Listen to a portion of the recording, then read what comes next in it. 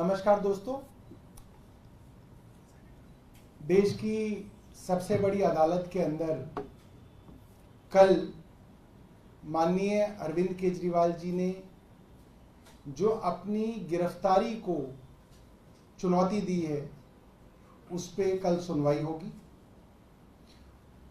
उस मामले में कल अरविंद केजरीवाल जी ने अपना पक्ष अपने हलफनामे के जरिए माननीय उच्चतम न्यायालय के सामने रखा। उसकी कुछ मुख्य बातों के बारे में मैं आपको बताना चाहता हूं। अरविंद केजरीवाल जी ने कहा कि ये बात सिर्फ इत्तेफाक नहीं हो सकती कि जब देश के अंदर देश के सबसे बड़े चुनाव हैं, संसद के चुनाव हैं, प्रधानमंत्री को चुनने का चुनाव हो रहा है, चुनाव आयोग द्वारा आचार संहिता की घोषणा की जा चुकी है, उसके 5 दिन के अंतराल में देश की मुख्य राष्ट्रीय विपक्षी दल के राष्ट्रीय अध्यक्ष अरविंद केजरीवाल जी को एक झूठे मुकदमे में गिरफ्तार किया। ईडी और सीबीआई इस मामले में करीबन 2 साल से जांच कर रही है। 2 साल बहुत होते हैं। 2 साल की जांच में इनके पास कोई ऐसा सबूत नहीं है जिसमें अरविंद केजरीवाल के खिलाफ कोई साक्ष्य हो। इन्होंने जब से संबंध देने शुरू किए अरविंद केजरीवाल को, कोई ऐसी बात इन्होंने नहीं की कि हमें यह नया साक्ष्य मिल गया आपके खिलाफ जिसकी वजह से हम आपको गिरफ्तार करना चाहते। एक साक्ष्य इनको नहीं मिला, ना ये रिकॉर्ड पे आज तक ला पाए एक भी साक्ष्य। फिर ऐसी क्या मजबूरी थी कि ठीक लोकसभा चुनाव से पहले देश की विपक्ष की राष्ट्रीय पॉलिटिकल पार्टी के अध्यक्ष को गिरफ्तार किया गया। यह सीधा सीधा देश की प्रजातांत्रिक प्रणाली पे हमला है। फ्री एंड फेयर इलेक्शन,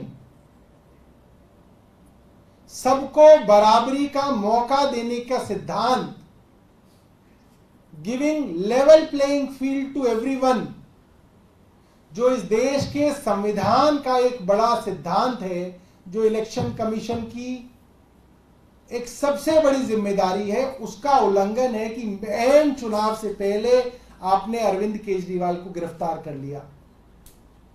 उनकी गिरफ्तारी की वजह से उनकी पार्टी के प्रचार को रोकने की कोशिश की गई। यह कोशिश की गई कि अरविंद केजरीवाल गिरफ्तार हो जाए तो प्रचार ना हो पाए।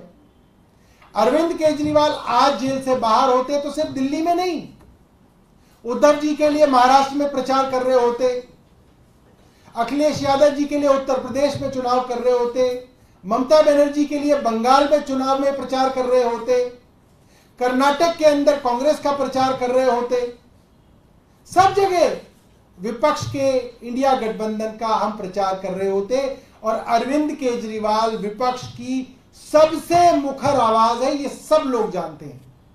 अरविंद केजरीवाल जी सीधी सादी भाषा में अपनी बात लोगों तक रखते हैं और सीधा केंद्र से सवाल पूछते हैं, सीधा प्रधानमंत्री को चुनौती देते हैं। ऐसे नेता विपक्ष में कम है और ऐसे नेता को जेल में डाल के विपक्ष की आवाज को चुनाव से पहले कमजोर करने की साजिश है।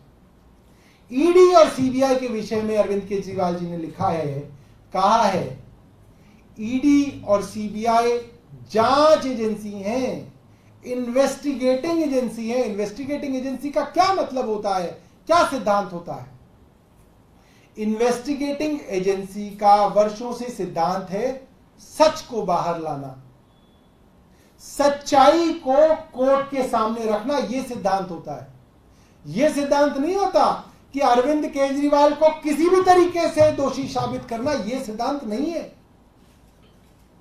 मगर जिस तरीके से सीबीआई और ईडी ने काम किया और अरविंद केजरीवाल ने साक्ष्य रखे हैं कि 1 लाख पन्नों के दस्तावेज अगर ईडी और सीबीआई को मिले और उसमें 80,000 दस्तावेज अरविंद केजरीवाल और आम आदमी पार्टी के पक्ष में हैं, तो उन दस्तावेजों को अदालत के सामने नहीं रखा गया। ऐसे दस्तावेज जो दबाव डालकर, लोगों को जेल में बंद करके, लोगों को उसकी जमानत का लालच देके, लोगों से पैसा लेके, लोगों को एनडीए की तरफ से टिकट का लालच देके जो गवाहियां की गई, वो गवाहियां कोर्ट के सामने रखी गई। और उससे पहले जो 10 बार गवाही दी, उस आदमी ने 8 बार गवाही दी, जिसमें उसने कहा मैं अरविंद केजरीवाल से कभी नहीं मिला, अरविंद केजरीवाल का इस एक्साइज के मामले से कोई लेना देना नहीं है। वो सारी गवाहियां, उन्हीं लोगों की गवाहियों को छिपा लिया गया और जो ड्यूरेस में, दबाव में झूठी मनगढ़ंत गवाहियां दी गई, उन गवाहियों को सिर्फ कोर्ट के सामने रखा गया। ये काम ईडी और सीबीआई का नहीं है। संविधान में यह काम इन्हें नहीं दिया गया। संविधान में इनको काम दिया गया जो सच है, जो कुछ आपके सामने है वो आप अदालत के सामने रखिए, ताकि अदालत उस पर फैसला ले। आप उनके पक्ष की चीजें तो छुपा के कूड़े के डब्बे में डाल रहे हैं। उनके खिलाफ जो चीजें ली दबाव में, उसको आप कोर्ट के सामने रख रहे हैं, तो कोर्ट कैसे निष्पक्ष फैसला देगा? ये बात भी अरविंद केजरीवाल जी ने अपने हलफनामे में लिखी है। और हमें उम्मीद है कि देश की चुनाव प्रणाली को बचाने के लिए, प्रजातंत्र को बचाने के लिए अरविंद केजरीवाल जी को चुनाव प्रचार के लिए, इस समय के लिए अदालत जरूर उनको आने देगी। बहुत बहुत धन्यवाद। आपके पास कोई